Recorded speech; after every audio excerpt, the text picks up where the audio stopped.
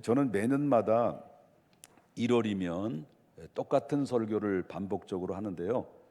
축복의 5가지, 신앙생활의 가장 뿌리가 될 수 있는 축복의 5가지가 있는데, 이번 주는 첫 번째 신년 감사 예배지만 첫 번째 이제 구원에 관련된 말씀을 전하려고 하는데, 구원 받았습니까? 라는 말씀을 가지고 함께 은혜를 나누고자 합니다.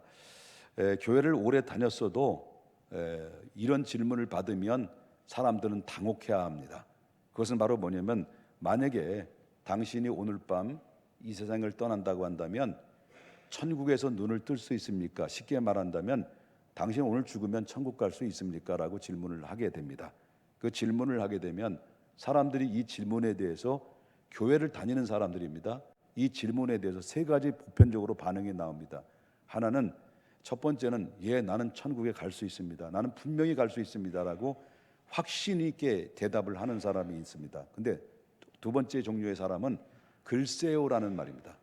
갈 수도 있고 못 갈 수도 있습니다.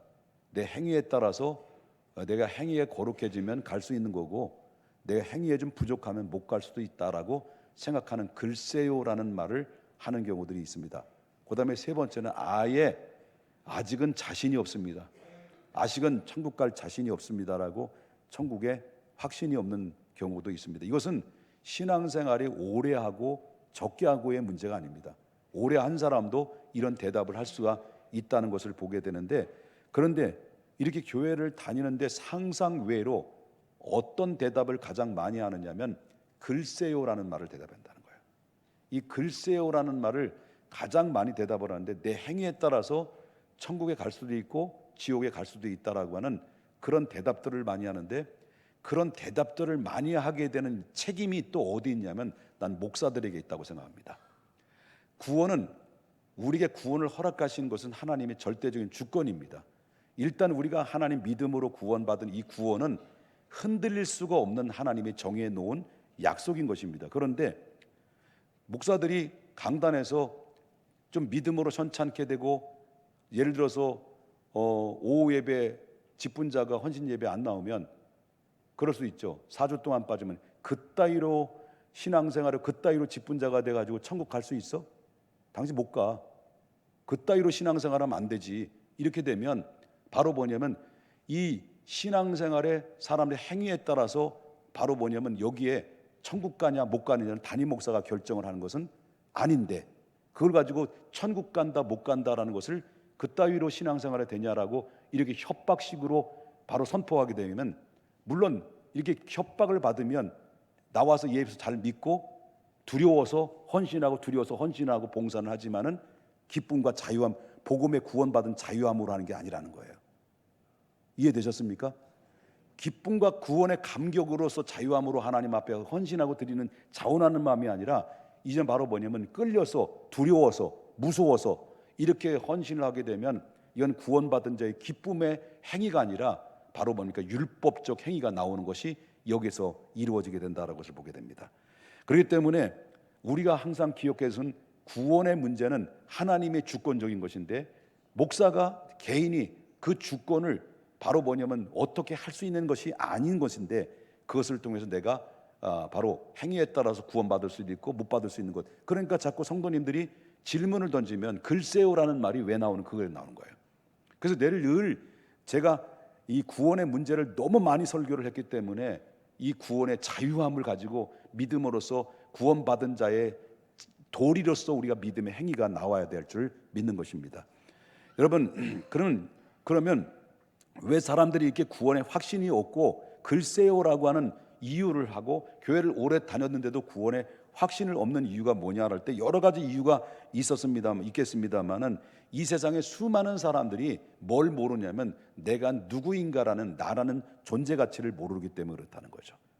그렇기 때문에 나는 과연 어디서 왔으며 무엇을 하다가 어디로 갈 것인가라는 것에 대한 명확한 대답을 얻지 못하게 되면 내 인생에 그냥 막연하게 본능적으로 그냥 살아가는 삶을 살다가 그냥 이 세상에 이슬처럼 사라져가는 사람들이 얼마나 많이 있습니까? 그렇다면 인생은 어디서 왔으며 무엇을 하다가 어디로 갈 것인가에 대한 명확한 답을 얻을 수 있다고 한다면, 인생의 근원의 출발의 근원을 우리가 알아야 될 필요성이 있다. 그러면 성경에서는 어떻게 말하고 있느냐? 창세기 1장 1절에 여러분이 성경책을 첫 번째 장을 넘기고 첫 번째 절을 보게 되면 명확하게 인생은 어디서 왔는지를 설명을 해주고 있습니다. 인생을 어디서 왔는지를 창세기 1장 1절에 보게 되면 모든 천지가 누구로부터 창조됐느냐라는 창조의 역사에 대해서 언급을 하는데, 창세기 1장 1절 다 같이 한 목소리로, 큰 목소리로 한번 읽어주셨으면 좋겠습니다. 시작. 태초에 하나님이 천지를 창조하시니라. 하나님이 가라사대 말씀으로 창조하셨는데, 가라사대 할 때마다 하나님께서 첫째 날, 둘째 날, 셋째 날, 넷째 날, 다섯째 날까지 하나님이 각종의 종류대로 하나님이 말씀으로 천지를 창조하셨는데, 요한복음 1장에 보게 되면 말씀이, 태초에 말씀이 계시니라는데, 말씀이 하나님과 함께 하셨고 그는 곧, 말씀은 곧 하나님이라는데, 그분은 바로 누구니? 예수님이죠. 자, 그렇다면 인간을 만드셨을 때 마지막 여섯째 날은 하나님이 다 천지 종류대로 말씀으로 천지를 창조하시고, 인간을 만드실 때만 하나님께서 직접적으로 흙을 빚으셔서 흙을 빚고 사람의 형체를 만들어 놓고 그 코에 하나님의 혼을 불어넣으셨죠. 하나님 영혼을 불어넣으셨죠. 그래서 하나님의 바람을 불어넣었을 때 그때부터 바로 몸이, 육체가 변화해서, 흙이 변해서 새로운 창조된 하나님 형상 닮은 인간이 등장이 돼서 생명이 됐다, 사람이 됐다. 그래서 인간의 출발은 하나님의 창조에서 출발됐다라는 것을 명확하게 창세기 1장부터 2장에 언급을 하고 있다라고 하는 것입니다. 자, 이렇게 하나님이 만드시고 나서 하나님께서는 그 최초의 인간을 이름을 뭐라고 붙였느냐면 아담이라고 줬고, 아담의 아내를 줬는데 또 아담의 아내를 하와라고 줘서 이 아담과 하와를, 최초의 인간을 에덴 동산 안에 두시고, 에덴 동산 안에 하나님께서 그들에게 모든 천지의 만물을 바로 위탁을 하셨습니다. 그리고 하나님께서 그들에게 약속의 말씀과 그 다음에 축복의 말씀을 5가지를 주셨는데, 그 5가지가 창세기 1장 28절의 말씀입니다. 보겠습니다. 다 같이 읽겠습니다. 시작. 하나님이 그들에게 복을 주시며 하나님이 그들에게 이르시되 생육하고 번성하여 땅에 충만하라. 땅을 정복하라. 바다의 물고기와 하늘의 새와 땅에 움직이는 모든 생물을 다스리라 하시니라. 아멘. 하나님께서 에덴 동산에서 사람을 두시고 그 사람들에게, 아담과 하와에게, 최초 인간에게 5가지 생육하고 번성하고 충만하고 정복하고 다스리라, 모든 것들을 인간에게 위임을 하고 위탁을 했습니다. 그리고 왜 그렇다면, 하나님께서 인간을 창조하신다면 창조하신 이유가 있을 거 아닙니까? 왜 인간을 창조하신다? 창조의 목적이 있을 거 아닙니까? 창조의 목적은 바로 사도 바울은 에베소서 1장에서 동일한 성경 안에 바로 동일한 말씀이 반복적으로 3번 언급을 했습니다. 그것은 바로 뭐냐면 에베소서 1장 4절부터 6절에 하나님이, 성부 하나님이 우리를 만세전에 택하여 주셨다라고 말합니다. 만세전에 택하여 주셨는데 택하신 이유가 뭐냐 할 때 에베소서 1장 6절을 보겠습니다. 에베소서 2장 1장 6절에 뭐라고 나옵니까? 이는 그의 사랑하시는 자 안에서 우리에게 거저 주시는 바 그의 뭐 하기 위해서요? 은혜의 영광을 찬송하게 하렵니다. 하나님, 성부 하나님, 삼위일체 하나님이 나 한 사람을 구원하기 위해서, 인간을 구원하기 위해서 삼위일체 하나님, 성부, 성자, 성령의 하나님이 역사하셨다는 것을 보게 되는데, 역사하실 때는 만세전에 성부 하나님이 우리를 택하여 주셨던 것, 이유는 우리를 통해서 영광의 찬송을 받으시려고 택하셨다라고 말을 하고 있고요. 그 다음에 택하신 우리를, 예수 안에서 우리를 구속하셨는데 그 구속하신 이유도 에베소서 1장 12절 다 같이 읽겠습니다. 이는 우리가 그리스도 안에서 전부터 바라던, 또 뭐라 그랬습니까? 그의 영광을 찬송이 되게 하려십니다. 할렐루야. 그 다음에 우리가 성부 하나님 택하여 주셨습니다. 성자 예수님이 이 땅에서 십자가를 구속하셔서 우리를 하나님 자녀로 삼아 주셨습니다. 하나님의 자녀로 삼아 주신 것으로 끝난 것이 아니라 천국 갈 때까지 안전하게 우리를 지켜주시기 위해서 성령의 하나님이 우리에게 찾아오셔서 인을 치셨다고 그러죠. 인, 너는 내 것이다, 너는 하나님의 자녀다 라는 것을 확신을 심어줄 수 있도록 인을, 다시 말한다면 증거로 우리의 인을 치셨다라고 하는 건데, 자 보겠습니다. 에베소서 1장 13절부터 14절 다 같이 읽겠습니다. 그 안에서 너희도 진리의 말씀 곧 너희의 구원의 복음을 듣고 그 안에서 또한 믿어 약속에 뭐로 인쳤다는 거예요? 성령으로 인치심을 받았으니, 바로 뭐냐면 인쳤다는 것은 보증한다는 거죠. 보증. 너는 하나님의 자녀야.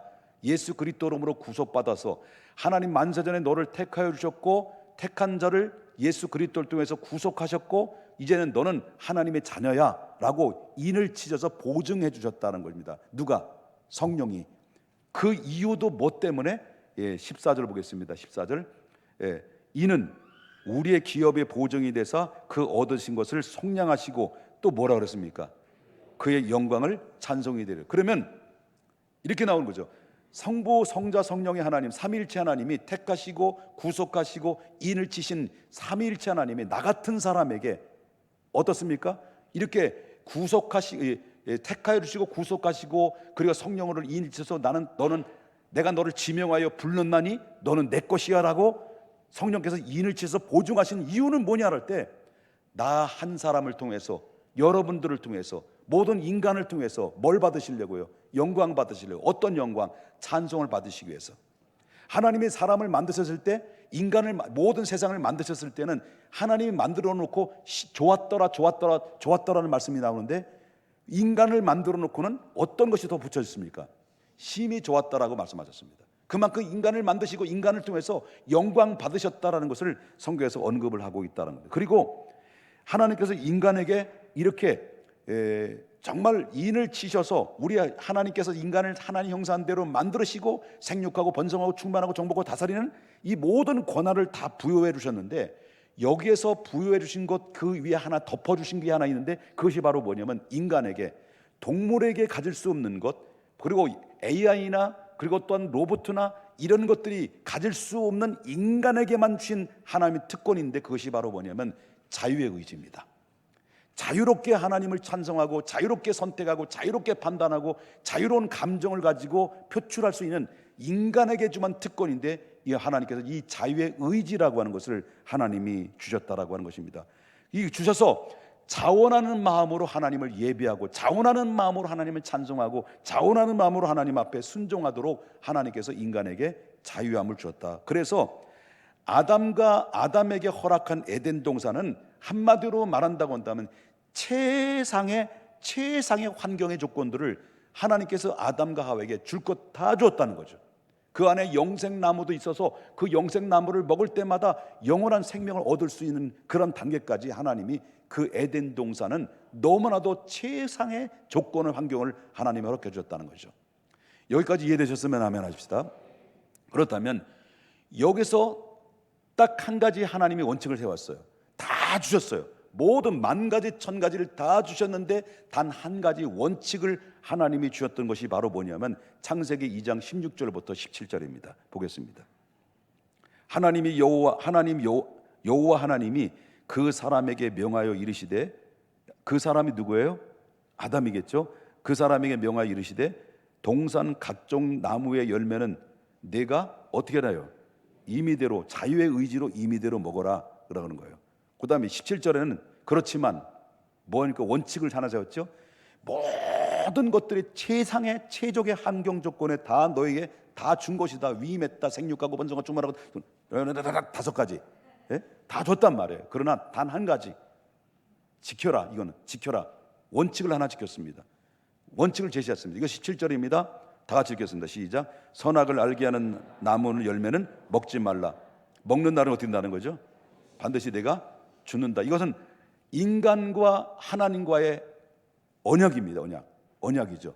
모든 것을 다 주셨어요. 그러나 한 가지만 지켜라. 이게 하나님과의 언약의 말씀입니다. 왜 그러면 왜 하나님께서 굳이 그렇게 하지 않아도 되는데 왜 선악을 알게 선악과를 만들게 하셨느냐라는 질문이 내겠죠. 그러면요. 왜 그러면 하나님 이건 의도적인 것입니까? 의도적일 수도 있죠. 그러면 왜 이렇게 만드느냐라고 그럴 때, 하나님께 선악과를 만드신 이유는 바로 뭐냐면, 너 아담은 아무리 네가 훌륭하고 네가 아무리 특권을 가졌다 할지라도 너는 나로 인하여 창조되어진 피조물이고 나는 하나님이다라는 것을 선악과를 밟을 때마다 창조주와 피조물을 정확하게 구분하여서 알라라고 하는 제시예요. 요즘 애완동물 많이 키우죠. 애완동물 키우는 중 여러분 가정들마다 뭐 이제 강아지를 키우잖아요. 저도 옛날에 강아지를 키웠는데 이름을 꼬복이라고 줬어요. 제 이름이 옥복이잖아요. 옥복인데 꼬복이라고 줬는데 너무 이쁜 거야. 너무 이뻐요. 근데 이제 아이들도 이뻐하고 나도 이뻐하는데 유독이 싫어하는 분이 그분이 계셔요. 그런데 어쨌든 얘가 얼마나 이쁜지 깡충깡 요만한데 이 푸들이 이게 하얀 그 털복숭이 푸들인데요. 눈이 얼마나 이쁜지 모르고 박형희 사모님 눈처럼 이쁘더라고요. 팔짝팔짝인데 귀여움 드는데 막 정이 들더라고요. 정이 들어. 여러분 요즘 이 애완동물들이 얼마나 이뻐요. 막 너무 귀여운 거야. 그래 하다못해 너무 귀엽다 보니까 어때요? 이 유모차 끌고 다니면서 그 안에 젊은 사람들 애 나라는 애는 안 나고 그 안에 유모차에다 개새끼들을 그냥 거기다 넣고 다니면서 이리 끌고 다니기. 어이구 내 새끼, 어이구. 그리고 또 뭐예요? 우리 안놈을 뭐예요? 어이구 내 딸, 아이고 내 딸. 순놈 뭐예요? 어이구 내 아들, 내 아들. 뽀뽀하고 막 난리 부르스를 치잖아 요즘. 그러니까 애를 안 낳는 거야. 애를 안 낳는 거예요. 왜? 낳을 필요가 없어요. 애보다 낫거든 하는 짓이. 애는 돈은 많이 들어. 근데 1억 이상 들어야 돼. 요즘 개 한 마리 키우는 것도 만만치 않는 걸 모르죠. 근데 이 개들이요 사람들하고 같이 노니까 이 개놈들이 누군 줄 알아요. 요즘 지가 사람인 줄 아는 거야. 그래 개가 막 좀 서운하게 하면요 막 물어뜯고 막 해코지하고 그래가지고 뭡니까? 개 상담사도 개 심리 상담도 사도 생겼어. 여러분 사람이 치료하는 병원보다도 여러분 동물 병원들이 많이 엄청나게 생기는 거 알죠? 애를 안다니까. 이러면 뭐예요? 개가 지금 뭐해도 뭘로 알아요 지금요? 이 시대는 개가 지가 사람인 줄 알아. 그 정도로. 그러니까 지금 남편들은요 개만도 못해. 남편들은 와서 개는요 정확하게 사료를 줘요. 시간 맞춰서 사료를 주고 개한테 끌려. 말하자면 개를 끌고 다녀야 되는데 개 끌려가듯이 끌려다녀 지금. 그럼 남편들은 와서 뭐요? 사료든 정확한 사료를 시간을 맞춰 주는데 남편은 어쩌다 주는데 신밥 줘, 신밥. 여러분 대우를 못 받아. 이전도 개만도 못한 그런 시대가 지금 접어들었단 말이에요. 여러분 보세요. 개는 뭐예요? 사람이요? 개는 동물이요. 개는 개고 사람은 사람인데 지가 아무리 사람이 되겠다고 해서 되는 사람이 되는 게 아닌데 그런데 바로 뭡니까? 그러면 인간을 만드신 목적도 너는 분명히 알아라. 창조주는 나고 너는 피조물이다. 겸손함을 알으라고 해서 자원하는 마음으로 하나님 앞에 찬송을 하도록 했는데 이게 제어 장치를 얼마든지 가능성이 있기 때문에 제어 장치로 하나님이 선악을 알게 하는 선악을 주는데 사람들은 선악을 왜 줬느냐라고 하는데 선악 말고 뭐랬습니까? 각종의 모든 선악을 알게 각종의 열매들을 하나님이 줄 것 다 주고 거기도 부족해가지고 생육하고 번성하고 충만하고 중복하고 다스려라 모든 것을 다 권한을 줬단 말이에요. 그러면 우리 인간의 도리는 뭐예요? 창조주 하나님을 선악을 바라면서 하나님은 창조주요 나는 피조물이라는 것을 알고 자유로운 자유의 의지로 하나님을 섬기도록 그렇게 인간을 정해놨다. 이게 약속의 언약이죠. 이걸 했단 말이에요. 그러면 그 자유의 의지를 가지고 지켜야 되는데 그 아담과 하와가 그 자유의 의지를 어디에 썼느냐라는 거예요. 창세기에 나오는 말씀을 보게 되면 그 자유의 의지를 죄 짓는 데 쓰고 말한 거예요. 바로 이 마음에는 제가 얘기했잖아요. 하나님의 제어 장치로 분명히 너는 인간이고 창조된 인간이고 나는 하나님이야. 너는 개고 너는 사람이 아니야. 그런데 이 개가 자꾸 사람 되려고 하는 것처럼 이 아담과 하와의 마음속에는 은근히 자유의 의지가 발동되니까 하나님과 같이 되고자 하는 그런 욕망이 얼마든지 들을 수 있었던 거죠. 근데 그 틈새 속에 누가 들어왔냐면 사탄, 뱀이 들어와 가지고 사탄이 이 가장 취약한 하나님이 되고자 하는 욕망을 건드려 버린 거예요. 자극을 해버린 거죠. 그럼 사단이 어디서부터 출발됐느냐 할 때, 이거는 나중에 실론에 들어갈 때 제가 언제 설교를 할 거예요. 사탄은 이 영적인 세계, 영계에 대해서는 제가 다시 한번 말씀을 드리겠습니다만은, 그런데 이제 사단이 그 안에 들어와 가지고 사탄이 뭐라고 말합니까? 뭐라고 말하냐면, 이제 그 창세기 3장 5절 보겠습니다. 3장 5절, 가장 취약한 부분, 하나님이 되고자 하는 자유의 의지가, 욕망이 조금씩 들어올 때, 그때 사탄이 딱 들어와 가지고 뭐라고 이 얘기했냐면, 3장 5절 다 같이 읽겠습니다. 시작. 너희가 그것을 먹는 날에는 너희 눈이 밝아져서 하나님과 같이 되어, 예? 선악을 알게 하는 것 알 줄을 하나님이 알미라. 누가 얘기한 거예요? 사탄이, 뱀이 아담에게, 하와에게 이야기한 거예요.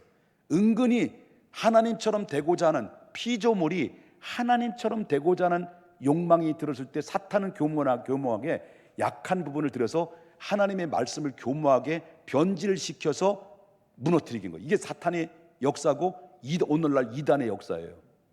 하나님의 진리를 변질시켜서 사람들을 유혹하게 넘어뜨리는 것이 교묘한 방법이 바로 이 사탄의 역사들이죠. 이단이죠. 그럴 때 바로 이 교활한 달콤한 유혹에 결국 어떻습니까? 그냥 넘어가고 마는 거예요. 하나님의 약속의 말씀을 잊어버린 거예요. 순간적으로. 그래서 결국 넘어져서 일방적으로 하나님의 언약을 깨트려버린 것이 아담의, 최초의 아담과 하와였다는 거죠. 이게 바로 뭐냐면 인류의 대표인 아담과 하와였다는 거죠. 그러면 이런 질문이 있죠. 여기까지 이해되셨습니까? 그럼 이런 질문이 있죠. 그럼 아담이 죄를 져서, 아담이 선악을 알긴 선악과를 따먹은 거서 죄 책임에서 죽는 거는 그건 아담의 책임이지. 그럼 왜 우리까지 그 죄의 책임을 묻냐는 거죠. 성경은. 왜 목사님은 왜 설교할 때 왜 우린 죄인입니다, 죄인입니다, 예수 안 믿으면 지옥 갑니다, 그렇게 질문을 던지고 삿대질 할 수 있잖아. 그런 가운데 있을 때, 그때 여러분, 아담과 우리와는 관계가 없는 자냐? 유전자상으로 볼 때 유전자, DNA 관계가 없을까요? 관계가 있죠. 우리는 아담의 후예들이야. 모든 인류는, 최초의 인간은 아담으로부터 온 거예요. 여러분, 하늘에서 떨어졌습니까? 아니면 땅에서 쏟았습니까? 미생물이 변화해서 진화의 과정을 통해서 인간이 됐습니까? 아니에요. 하나님이 창조하신 거예요. 그러면 아담으로부터 인류는 출발해서 지금까지 지구촌에 지금 70억, 80억이 된 것인데, 올라가면 딱 한 사람이 나오는 거예요. 아담이. 누가 만드셨어요? 하나님 만드셨어. 그런데 우리와는 아담의 죄와 그 책임에 대해서는 왜 우리까지 책임을 묻냐라고 그럴 때, 그 이유는 다름이 없습니다. 늘 얘기하지만 아담은 인류의 대표성이기 때문입니다. 인류의 대표성을 가지고 있기 때문에. 여러분 알다시피 제가 늘 얘기하지만은 우리나라에 조금 있으면 아시안컵 축구 대회가 있어요. 그러면 축구 대표 선수를 발탁을 해야 되잖아요. 발탁해야 되잖아요. 그러면 우리나라를 대표로 하는 축구 선수, 대표 선수를 명단을 20몇 명을 발표를 한단 말이에요. 그럼 이들이 게임 아시안컵에 나갈 때 이 대표 선수들을, 이 선수들의 이름으로 가는 걸까요? 대한민국의 이름을 가지고 가는 걸까요?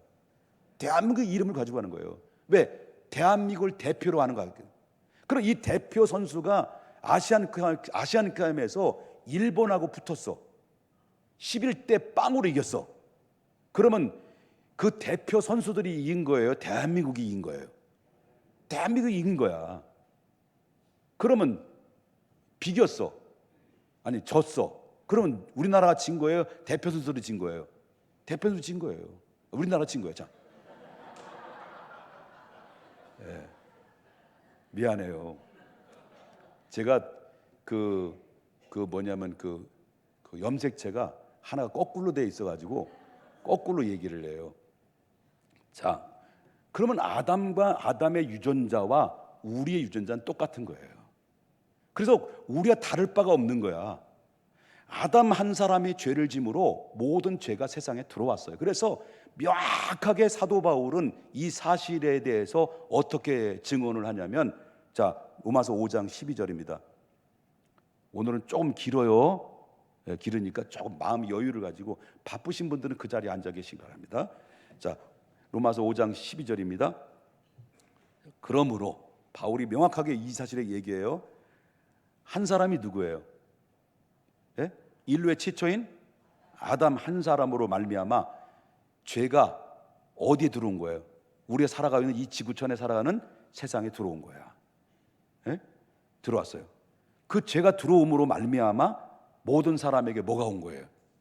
사망이 찾아온 거예요. 우리도 사망이 찾아오고 여러분도 사망이 찾아왔단 말이에요. 그래서 이와 같이 모든 사람이 죄를 지었으므로 사망이 모든 사람에게 오게 된 것이다. 사람이 왜 죽을까요? 안 죽으면 좋은데 왜 죽을까요? 죄 때문에 죽은 거예요.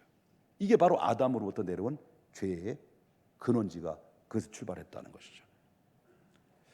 이쯤 되니까 좀 마음이 슬프죠. 안 슬퍼요? 무표정이네 그냥. 자, 그래서 아담의 죄로 말미암아 모든 인류에게 죄가 들어왔단 말이에요. 모든 사람이 예외 없이 사망이 찾아왔다 그랬어요. 그러면 이 죄의 심판이 하나님이 내가 정령 죽으리라고 하는 이 죽음이라고 하는 심판이 어떤 의미를 가지고 있느냐, 굉장히 중요한 의미죠. 하나님이 약속하신 것은 절대 약속을 어길 수가 없어요. 공의로우신 하나님이기 때문에. 그래서 이 죄로 인한 심판이 인류에게 아담의 죄로를 짓게 되는데 이 죄로 인해 네 가지가 찾아왔어요. 네 가지. 죄의 결과가. 네 가지가 뭐냐면 첫 번째는 네 가지가 싸가지가 아니에요. 네 가지 찾아왔어요. 네 가지. 그중 첫 번째는 바로 뭐냐면 에덴 동산에서 추방당했어요.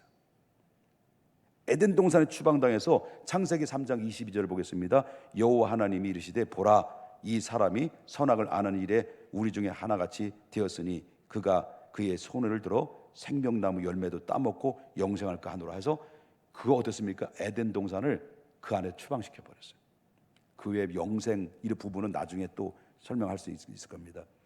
그래서 결국 어떻습니까? 아담의 에덴 동산에 추방돼 두 번째는 바로 뭐냐면 인류에게 심판이 찾아왔는데 그 심판이 바로 죽음의 심판입니다.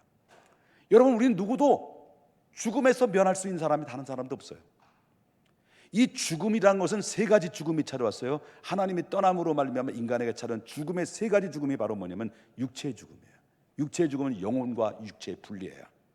우리 안에 예수를 믿든 예수를 안 믿든 간에 내 안에 육체 안에는 뭐가 있을까? 내가 숨을 쉬고 움직이고 생각하는 이상은 내 안에 뭐가 있다는 거예요? 뭐가 존재한다는 거예요? 영혼이 존재한다는 거예요.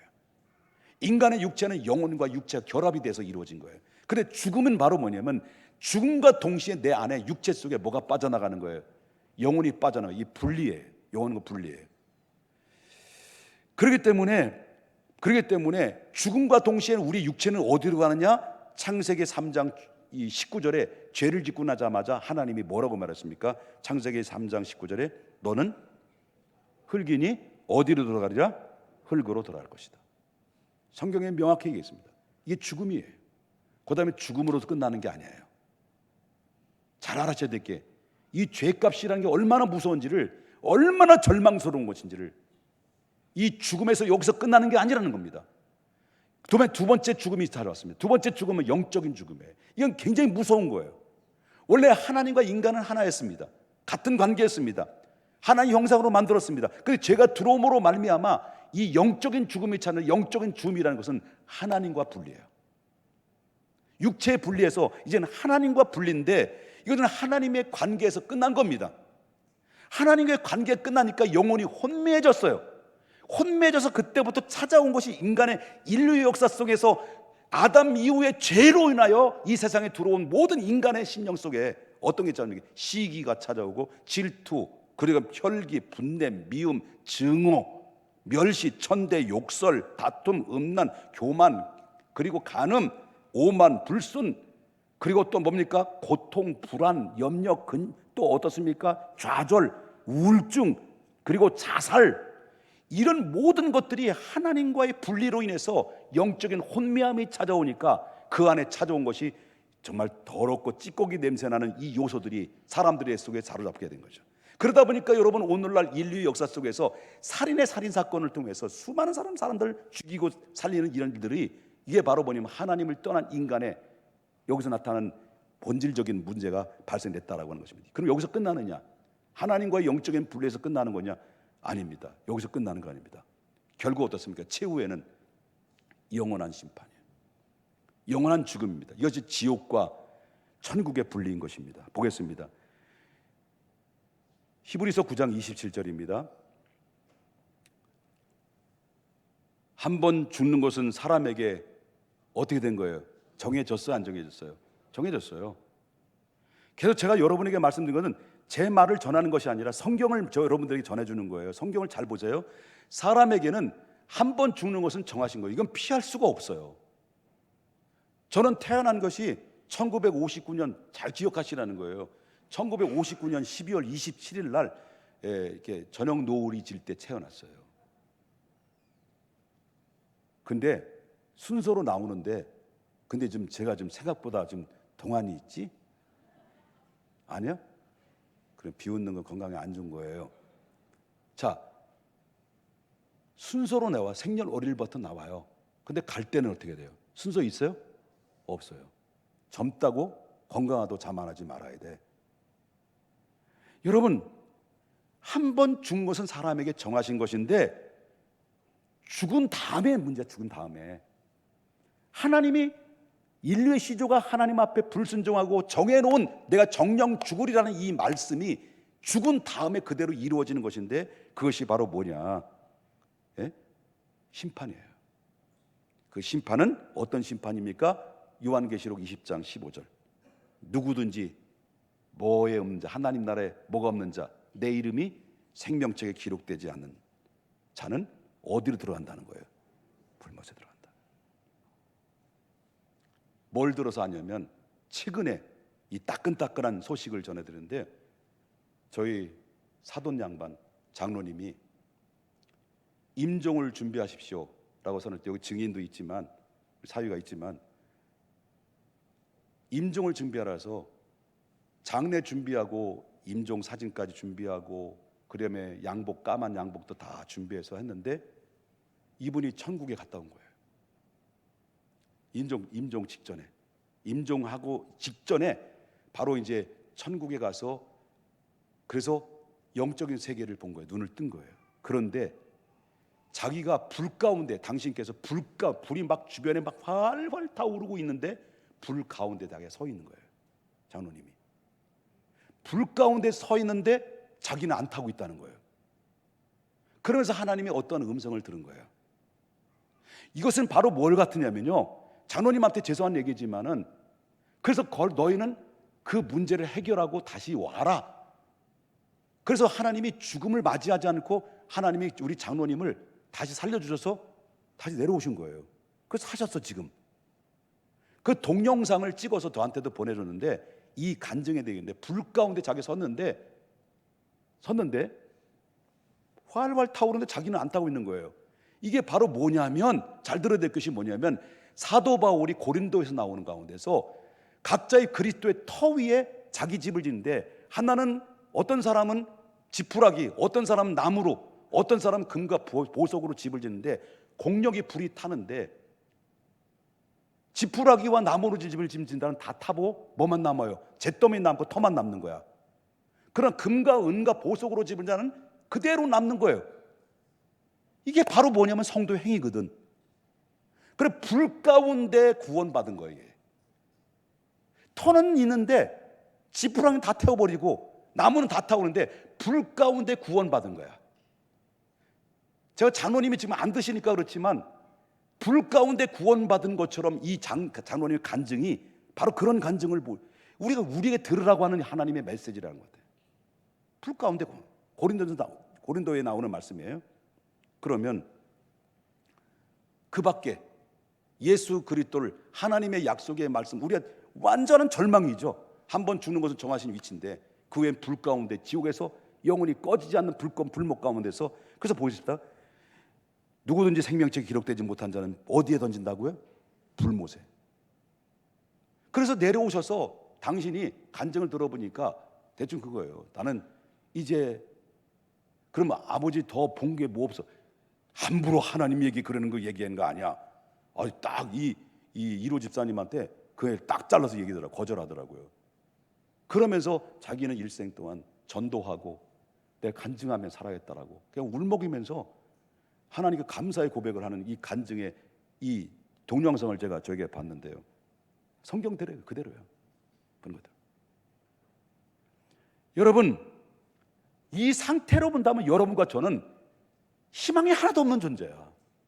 아담과 하와가 이미 하나님께로 죄를 짐으로 죄는 이 세상에 들어왔고 하나님이 정해놓은 약속대로 내가 정령 죽으리라고 하는 말씀을 한다면, 그 말씀을 원리된다면 모든 인간들은 하나님 앞에 불 가운데 결국 슬피 흘며 이를 갈 수밖에 없는 심판을 받을 수밖에 없는 완전한 절망 상태였죠.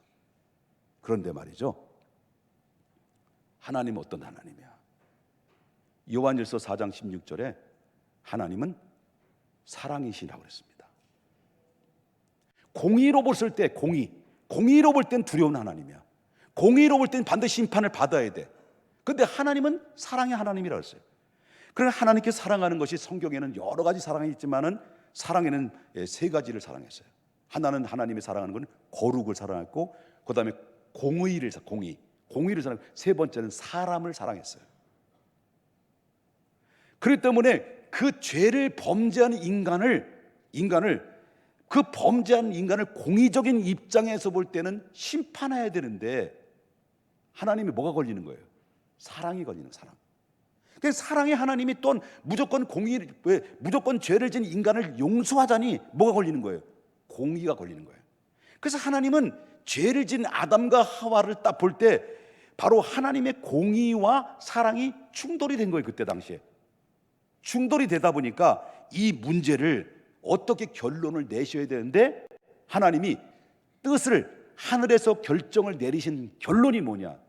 그것이 바로 성부, 성자, 성령의 하나님 중에 성자 예수님을, 하나님의 품속에 있는 독생자 예수 그리스도를 이 땅에 내려보내시는 거예요. 그게 계획이었습니다. 그리고 내려보내셔서 그 예수 그리스도, 하나님이신 예수 그리스도를 이 땅에, 사람의 몸을 이 땅에 보내셔서 인간이 받아야 될 이 모든 공의의 심판을 우리 인간에게 돌리지 않고 그분에게 심판을 대신 받게 하시는 대신에 모든 인간에게 구원의 길을 열게 하시기 위해서 하나님께서 뜻을 정하신 거예요. 그리고 나서 그 뜻을 정하신 그 뜻을 최초의 죄진 인간에게 알립니다. 그 알린 그 최초의 복음이, 그걸 가지고 원시복음이라고. 원시복음. 그 알린 내용이 뭐냐? 굉장히 중요한 일입니다.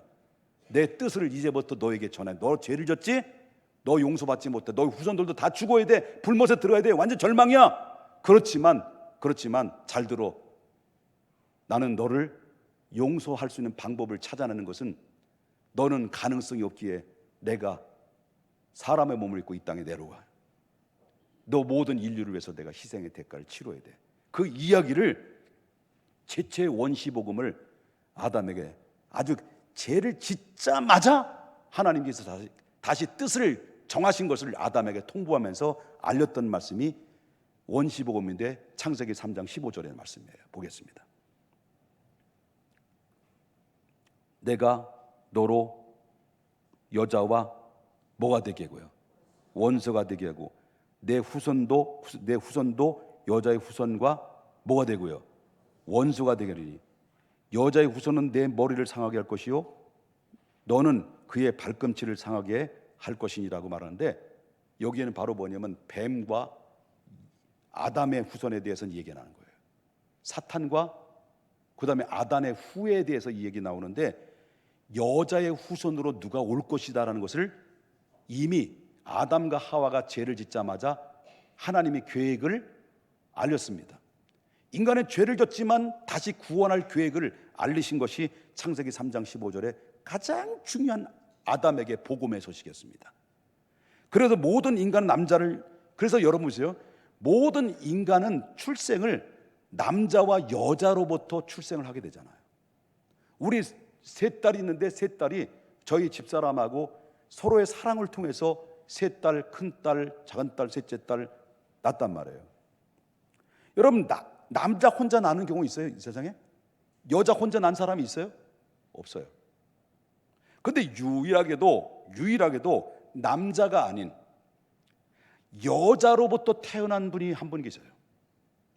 여러분, 그 족보상으로 볼 때 마태복음 1장에 정확하게 명시되어 있는데 요셉이 빠졌어. 누구와 누구로부터 누가 낳더라는데, 여기는 1장 마태복음 1장에 보면 예수님의 족보를 쭉 나오는데 여기는 요셉이 빠진 상태 속에서 성령으로 잉태하여 동정녀 마리아에게 나셨다라는 말씀이 명시됐어요. 그러면 여자의 후손으로 단독으로 성령으로 잉태해서 나신 분이 계시는데 그 일리 속에 단 한 분인 그분이 누구냐? 창세기 3장 15절 원시복음을 말씀했던 여자의 후손으로 나올 그 여자의 후손이 신약에 와서 동정녀 마리아에게 성령을 잉태하신 예수 그리스도, 그분이라는 사실입니다. 이럴 때는 아멘하고 박수도 쳐야 돼. 네. 나 벌써 시험 들었어요. 여기까지 이해되셨습니까? 여자의 동정녀 마리아에게 나신 이 복음은 누구에게 줬던 약속의 말씀이에요. 아담과 하와에게. 창세기 3장 15절. 중요한 얘기예요. 자, 이렇게 족보상으로, 그래서 하나님께서 그 계획을 구체화시키기 위해서 하나님은 이제 창세기 때부터 본격적으로 여자의 후손으로 보내기 위해서 하나님께서 믿음의 계보를 만들어놔요. 그래서 아담과 하와가 아들을 낳고 가인이 누굴 죽여요? 아벨을 죽여요. 아벨은 믿음의 계보야. 그 죽였지만 하나님은 또 누굴 또 세워요? 셋이라는 믿음의 계보를 세워서 셋이 후예가 바로 뭐냐면 나중에 어떻게 됩니까? 셋이 에녹을 낳고 에녹에서 쭉 노아를 낳고 쭉 나와서 이제 아브람 믿음의 조상을 세우고 믿음의 계보를 타서 아브람은 이삭을 낳고 이삭은 야곱을 낳고 야곱이 민족이 돼가지고 바로 뭐냐면 율법 시대를 거쳐서 통일 왕국 시대, 분열 왕국 시대에 거쳐서 마지막에 이제 예수님이 오시기 직전에 400년 신구약의 중간사라는데 400년 기간 동안 있다가 마지막 이제 이 구약 선지자가 등장한 400년 만에 등장한 인물이 누구냐면 세례 요한이죠.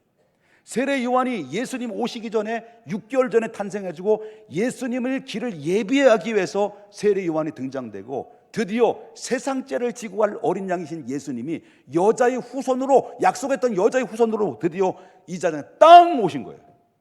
오셨어. 믿습니까? 오셨어요. 그래서 예수님께서 드디어 구약에서 수많은 선지자들 통해서 입을 통해서 오신다 여자의 후손 오실 것이다. 그분이 우리의 모든 죄를 담당하시고 그리고 공의 심판을 그분에게 돌리는 대신 우리를 구원하실 구원의 길을 활짝 열릴 시대가 올 것이다라는 이 구약의 선지자 입을 통해서 몇 번이나 얘기하냐면 무려 300번 이상으로 구약에서 예수님의 오실 거를 이야기하고 예언하는 그대로 예수님 드디어 여자의 후손으로 오신 거예요. 오셔서 드디어 약속하신 대로 구약의 여러분 성막을 통해서 구약은 이렇게 짐승이 바쳐지고 그리고 또한 뭐 번제를 드리고 그리고 또 모든 각종의 5가지 번제를 드리는 번제 제사를 드리는 이 모든 식청작적으로 보여준 것은 앞으로 예수 그리스도 어린 양이 오셔서 완벽하게 구원을 완성하실 한 번에 단번에 제사를 드릴 희생 제물을 드리듯이 예수님 오셔서 희생 당하시면 구원의 길이 열릴 것이다는 말씀대로 드디어 고린도전서 15장 3절과 14절을 보겠습니다. 내가 받은 것은 먼저 너에게 전하노니 이는 성경대로 뭐대로? 성경대로 그리스도께서 누구의 죄를 위해서? 우리의 죄를 위해서 죽으시고 장사된 지 사흘 만에 장사 지난 바 되었다가 뭐대로? 성경대로 사흘 만에 다시 살았다. 예수님이 오신 것은 성경대로 오신 거예요.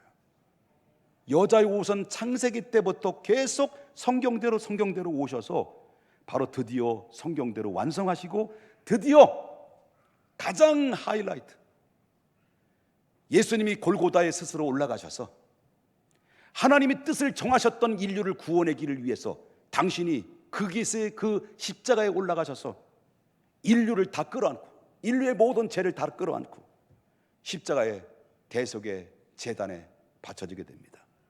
그리고 십자가상에서 7마디를 남겼을 때 7마디를 남기는 가장 결정적일 때 다 이루었다, 데텔레스타이, 데텔레스타이, 내가 다 이루었도다. 뜻을 하늘에서 정하신 것처럼 이 땅에서 내 하나님의 거룩하신 계획을 내가 순종함으로 인간의 받아야 될 공의의 심판을 받고 이제 구원의 길을 열게 됐다. 그 선언이 십자가상에서 선포된 것입니다. 그래서 그 복음이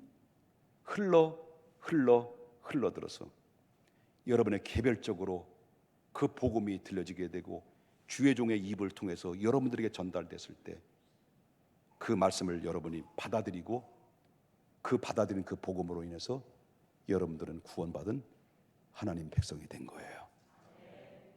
이제 구원의 길은 활짝 열리게 됐습니다. 요한복음 5장 24절에 이제부터는 바로 뭡니까? 제가 여러분들 계속해서 지금까지 장시간 동안 하나님의 복음의 엑기스를 짜고 와서 여러분들에게 복음을 전해줬습니다. 그럼 여러분 이 말씀을 들었습니다. 들었다면 여러분들의 반응이 어떤 반응에 따라서 이것이 결정되는데 잘 들어보십시오. 바로 요한복음 5장 24절에 내가 진실로 너에게 이르노니, 예수 그리스도를 대신해서 여러분들에게 말씀을 전했습니다. 내가 내 말을 듣고, 여러분 지금 들었습니다. 또 나를 보내신 예수, 나를 보내신 이를 믿는 자는, 예수를 믿는 자는 어떻다는 거예요? 영생을 얻을 것입니까? 영생을 얻은 것입니까? 얻었고, 심판에 이르지 아니하나니 사망에서 생명으로 옮겨질 것입니까? 옮겨졌습니까? 옮겨졌느니라. 요한복음 3장 16절에 하나님이 세상을 이처럼 사랑하사 독생자를 줬으니 얼마만큼 사랑했습니까? 공의의 심판을 우리에게 돌리지 않고 하나님 아들에게 돌려서 그렇게 하기까지 우리를 사랑해서 우리를 구원했다는 거죠. 그 이유는 뭡니까? 누구든지 그를 믿는 자마다 멸망하지 않고 영생을 얻게 하랍니다. 로마서 8장 1절입니다. 그러므로 이제는 그리스도 안에 있는 자에게는 결코 정죄함이 있다 없다? 없다. 로마서 8장 2절에 보니까 이는 그리스도 예수 안에 있는 성령의 생명의 법이 죄와 사망의 법에서 너를 해방한다. 죄는 우리를 향해서 사망의 길로 가지만은 독생자 예수 그리스도를 통해서 바로 생명의 법이 바로 사망의 법을 먹어버렸습니다. 그리고 우리를 자유를 허락해 주신 것입니다.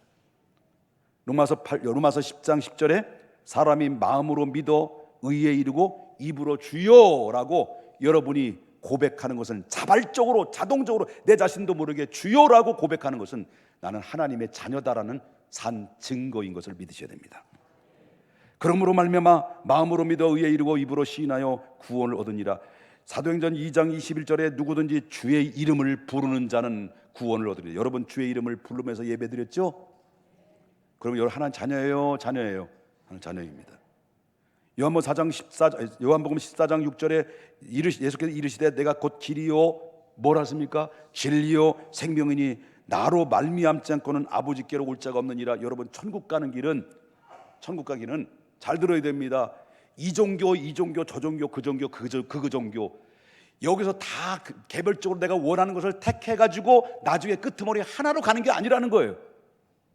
이 세상엔 종교가 없어요. 사람이 만드는 거야.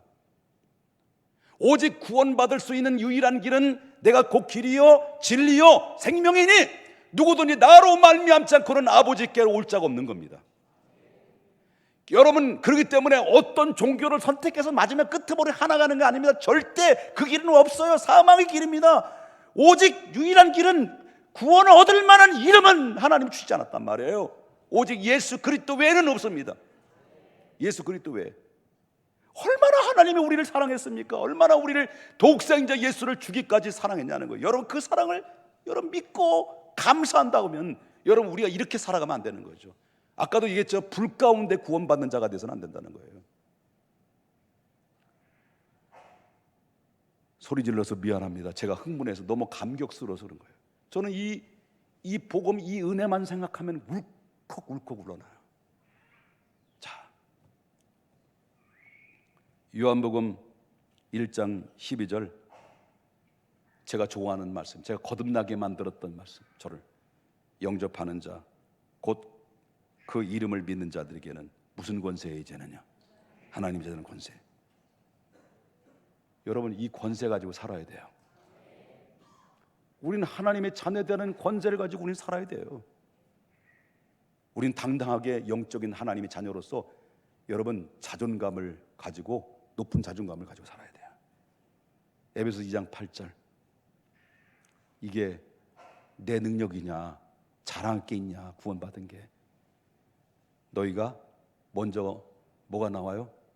그 은혜에 의하여 믿음으로 말미암아 구원을 받았으니 이것은 누구에게서 너에게 난 것이 아니라 하나님의 주신 선물이니라.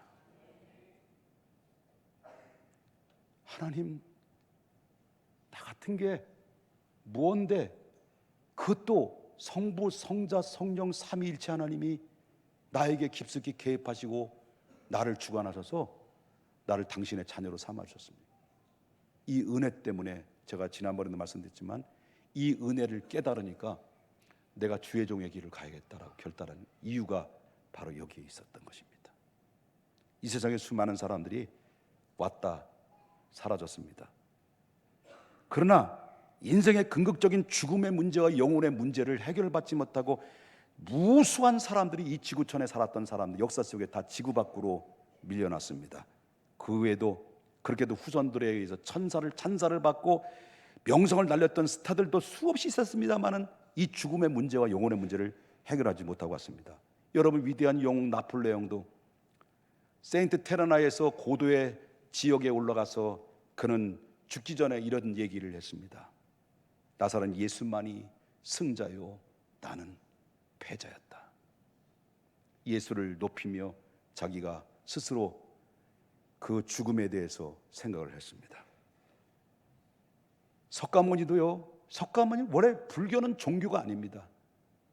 그 제자들이 종교를 만든 것이지, 석가모니도요, 여러분 돌아가셨을 때 80세 때 마지막 남겼던 말이 뭡니까? 어머니 한마디 남고 간 거예요. 여러분, 신은 죽었다라고 외쳤던 니체는 어떻게 죽었습니까? 미쳐서 죽었습니다. 그러나 그리스도는 나의 주요, 나의 하나님으로 모시고 일생 동안 주를 위해서 믿음으로 살았던 믿음의 선주들은 민족 앞에 어떻게 고백하십니까?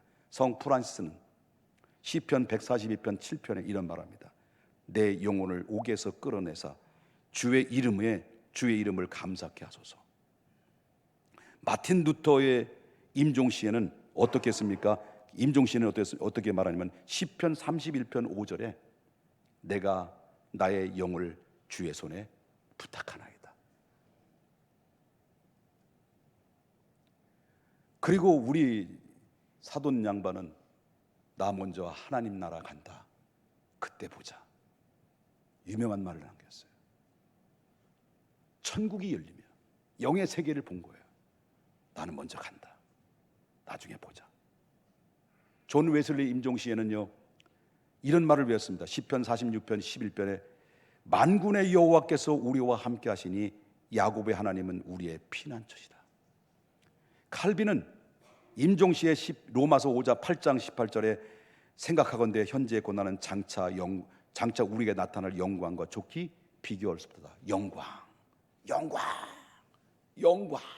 하고 숨을 거두며 하나님 나라의 평안한 모습으로 천국을 맞이합니다. D.L. 뮤디, 미국의 유명한 부흥 강사 D.L. 뮤디는 땅은 사라지고 나의 앞에는 영광이 열린다. 우리나라의 이화여대학교 초대 총장이었던 김한란 박사는 죽음 앞에 슬피 울고 있는 제자들 앞에 내가 주님 앞에 가거든 슬픈 노래를 부르지 마라. 영광의 승리의 노래를 불러다오. 여기에서 천국과 죽음을 통해서 천국과 지옥이 구분되어 나눠져 있다는 것을 보게 됩니다. 여러분, 우리가 여러분의 생명책에 기록될 수 있는 유일한 길은 이 땅에 사는 날 때만이 있는 겁니다. 죽음 이후에는 끝나는 겁니다. 우리가 살아있는 때 주 예수를 믿으라 라고 할 때 내 마음을 열고 회개하고 주님 앞에 진실로 주님을 영접하여 주는 그리스도시요 살아계신 하나님의 아들입니다라고 정말 저와 여러분이 진실하게 주님을 영접하고 받아들일 때 여러분 이름은 오직 시민권은 하늘에 있으며 하늘에 있는 시민권자만이 갈 수 있는 유일한 특권을 부여받는 하나님의 백성이 되는데, 기회를 줬으나 영접할 수 있는 기회를 줬으나 영접하지 못하면 결국 불못에 들어가는 것입니다. 이 두 가지 갈래 앞에 우리가 구원받은 것, 나를 또 구원해 주신 하나님 앞에 감사하지 않습니까? 이 구원조차도 하나님의 은혜였습니다. 우리 모두 하나님께 영광의 박수 올려드립니다. 거룩하신 하나님 아버지, 주님의 은혜와 사랑을 아버지 하나님께 감사를 드립니다.